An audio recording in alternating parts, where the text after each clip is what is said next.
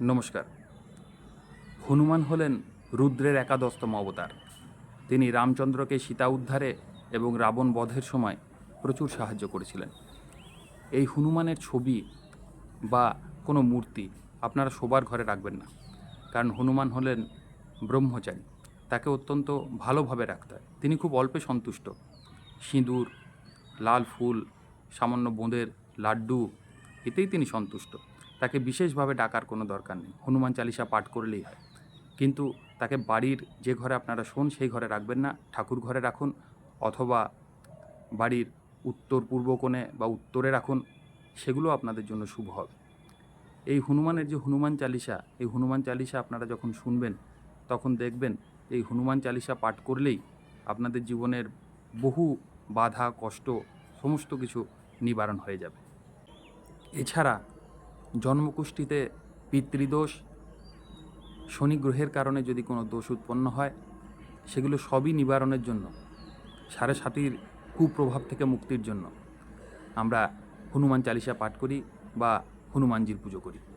আর পঞ্চমুখী হনুমানের কথা আমি আগের দিন বলেছিলাম যে পঞ্চমুখী হনুমান অহিরাবণকে বধ করে রাম এবং লক্ষ্মণকে উদ্ধার করেছিলেন। এই পঞ্চমুখী হনুমান আমাদের বাস্তুতে অত্যন্ত কাজে লাগে। আবার পঞ্চমুখী হনুমান যেহেতু আমাদের শরীরের 5টি বায়ু, তিনি তার 5টি মুখ দিয়ে নির্গত করে 5টা প্রদীপ নিভিয়ে অহিরাবণকে বধ করেছিলেন। সে কারণে পঞ্চমুখী হনুমানের যদি আমরা পুজো করি বা হনুমান চালিসা পাঠ করি, যাতে সবটাই করা হয়, তাহলে কিন্তু আমাদের সমস্ত রকম দুঃখ কষ্ট, দারিদ্র্য, দুর্দশা, এমনকি কেউ যদি ভয় পান রাত্রে ঘুমানোর সময় বা অন্য কোনো কিছুর যদি ভয় থাকে, আপনার বাড়িতেও যদি কোনো কিছুর ভয় থাকে, তাহলে আপনি হনুমান চালিসা পাঠ করতে পারেন। আপনি হনুমান চালিসা আপনার কাছে নিয়ে শুতে পারেন। এমনকি আপনারা পঞ্চমুখী হনুমানের ছবি আপনারা বাড়ির নির্দিষ্ট জায়গায় রাখতে পারেন বা লাগাতে পারেন। তাহলে আপনাদের এই সমস্ত সমস্যাগুলি থেকে আপনারা মুক্ত হতে পারবেন।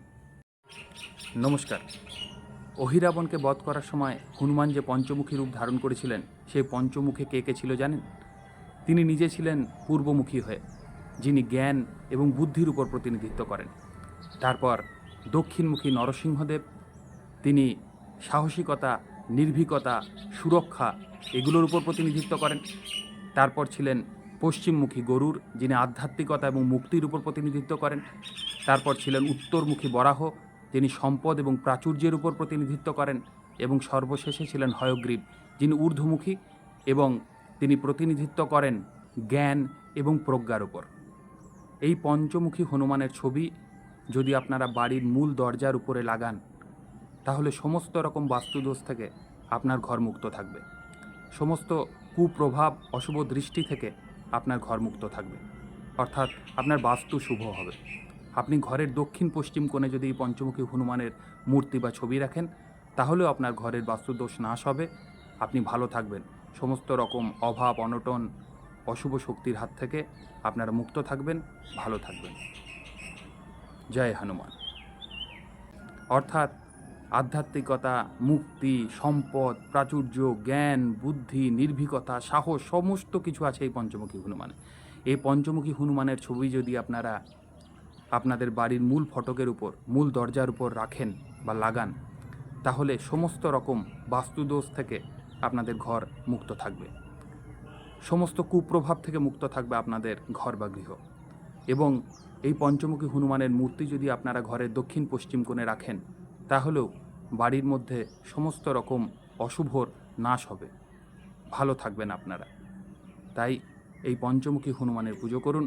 পঞ্চমুখী হনুমানের ছবি বাড়ির মূল ফটকের উপর লাগান বা ঘরের দক্ষিণ পশ্চিম কোণে অন্তত রাখুন। দেখুন আপনাদের জীবন সমৃদ্ধিতে এবং সুখে ভরে উঠবে।